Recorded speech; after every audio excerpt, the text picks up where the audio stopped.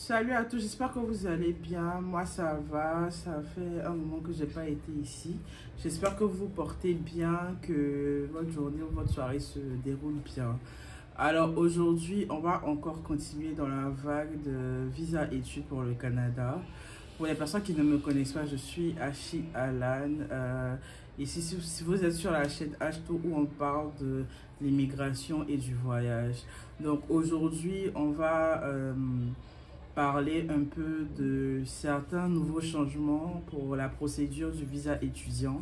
Donc la vidéo va pas être longue, mais je veux expliquer certaines choses qu'on me demande souvent en inbox et tout. Donc après le générique, on va venir parler en fait du sujet.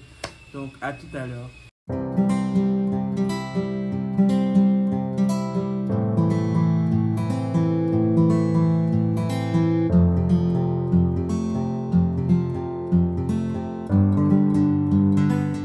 Nous sommes de retour. Bon jeûne à tous les chrétiens, bon carême à tous les musulmans. Je pense que même pas c'est le même nom et tout. Donc comme j'ai dit, on va parler de certains nouveaux changements lors de la procédure du visa étudiant.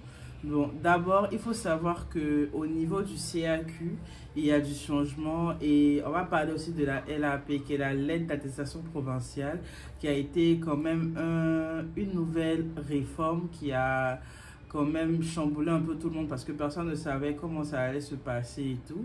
Donc là, je vais vous expliquer un peu comment ça se passe pour le Québec et comment moi, je pense que ça se passe hors Québec. Donc, bon, je peux me tromper. Si vous pensez que je me trompe, vous pouvez intervenir en commentaire. Donc, pour la LAP, qui est la lettre d'attestation provinciale pour le Québec, lorsque vous faites la demande de CAQ, elle est introduite à l'intérieur, c'est-à-dire maintenant il y a une lettre en gras dans la demande de CAQ qui fait office de la lettre d'attestation provinciale. Donc vous n'avez pas besoin de faire un autre document. Non, quand vous payez votre CAQ qui est toujours au même prix, il y a la lettre d'attestation provinciale qui est inclus. Donc pour le Québec, pas besoin de faire un autre document quelque part sur une autre plateforme, non. La CAQ est également la lettre d'attestation provinciale. Maintenant, hors Québec, comme au New Brunswick, Moncton, peu importe, là-bas, les établissements se chargent elles-mêmes de vous procurer la LAP en vous demandant de payer une avance sur la scolarité.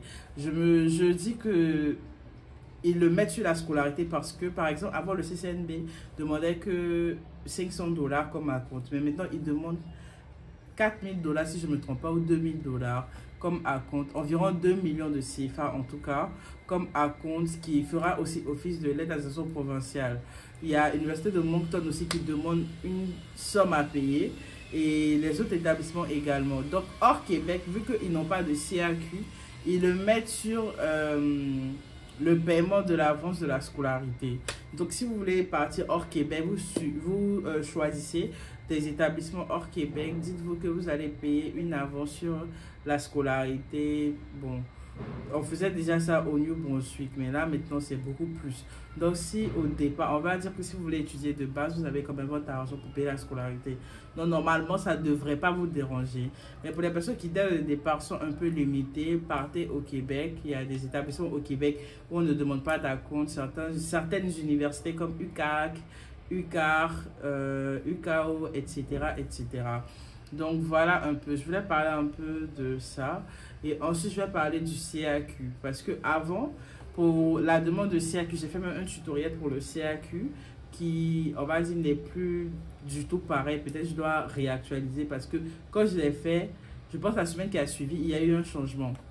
Donc maintenant, avant pour le CAQ, on payait les frais du CAQ dans la demande de CAQ. C'est-à-dire où on fait la demande de CAQ et tout, on s'inscrit, immigration et francisation, j'oublie un peu le nom. Là-bas, on faisait le paiement. Après, tu reçois ton numéro de dossier que tu vas inclure dans ton dossier ARIMA et tu continues la suite de la procédure. Mais maintenant, c'est totalement différent. Donc maintenant, pour le CAQ, quand vous partez vous inscrire, vous partez créer votre compte dans le côté CAQ là-bas. Là-bas, ils vont vous donner un numéro de compte. En tout cas, ils vont vous donner un numéro N'oubliez pas, quand vous finissez de faire votre inscription, vous prenez la photo parce qu'ils vous disent clairement que c'est ça qui va vous permettre de faire le paiement. Vous prenez la photo de ce numéro-là et vous partez vous créer un compte à Arima où vous allez créer votre compte et ensuite vous allez voir paiement maintenant là-bas. Vous allez mettre ce numéro-là et vous allez payer votre frais de CAQ et ça va, vous allez repartir maintenant dans le CAQ pour prendre maintenant le numéro de dossier, l'aide mémoire personnalisée quand ça sera disponible et vous allez revenir encore dans Arima, mettre voilà, mettre tous les documents et faire le reste et attendre maintenant le résultat. Donc maintenant il y a quelques petits changements parce que moi je trouve même que c'est trop long. Je trouve que ça ne sert vraiment pas à grande chose, mais bon, on ne sait pas pourquoi ils choisissent de faire tout ça.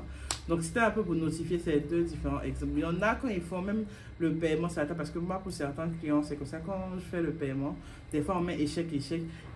Je me dis, vu qu'il y a trop de changements actuellement, les plateformes sont quand même un peu défaillantes. Donc, insistez. Même quand vous mettez, il y en a qui me disent souvent, ils mettent leur numéro de dossier, ça ne passe pas et tout. Insistez seulement, dès que vous vous déconnectez, vous revenez, vous réessayez, un moment ça passera. C'est juste de leur côté, c'est pas à votre niveau. Vous voyez bien que c'est votre numéro de dossier qui est là. Vous voyez le numéro pour le paiement, on vous dit peut-être paiement, échec du paiement.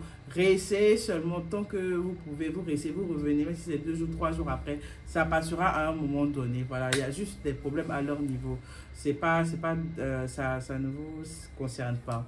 Donc, je voulais juste parler de ces deux différents points-là. Je n'allais pas être longue. Et puis, comme c'est il y a longtemps, je ne suis pas ici. Donc, je voulais vous souhaiter aussi bon carême, bon jeûne. J'espère que votre journée, votre soirée se passera bien. À très bientôt pour de nouvelles vidéos. Merci d'avoir regardé. N'oubliez pas de vous abonner, de cliquer sur la cloche de notification pour ne rien rater et d'aimer la vidéo si elle vous a servi, si elle vous aura plu. Et les personnes qui ont besoin d'assistance, vous pouvez me contacter par mail. Il y a mon mail en bas de description, peut-être je vais le mettre sur l'écran quelque part ici, ou mon WhatsApp et on va travailler ensemble, peu importe où vous vous trouvez. Donc j'espère que la vidéo vous aura été utile ou vous sera utile, je ne sais pas. Donc merci d'avoir suivi jusqu'à la fin.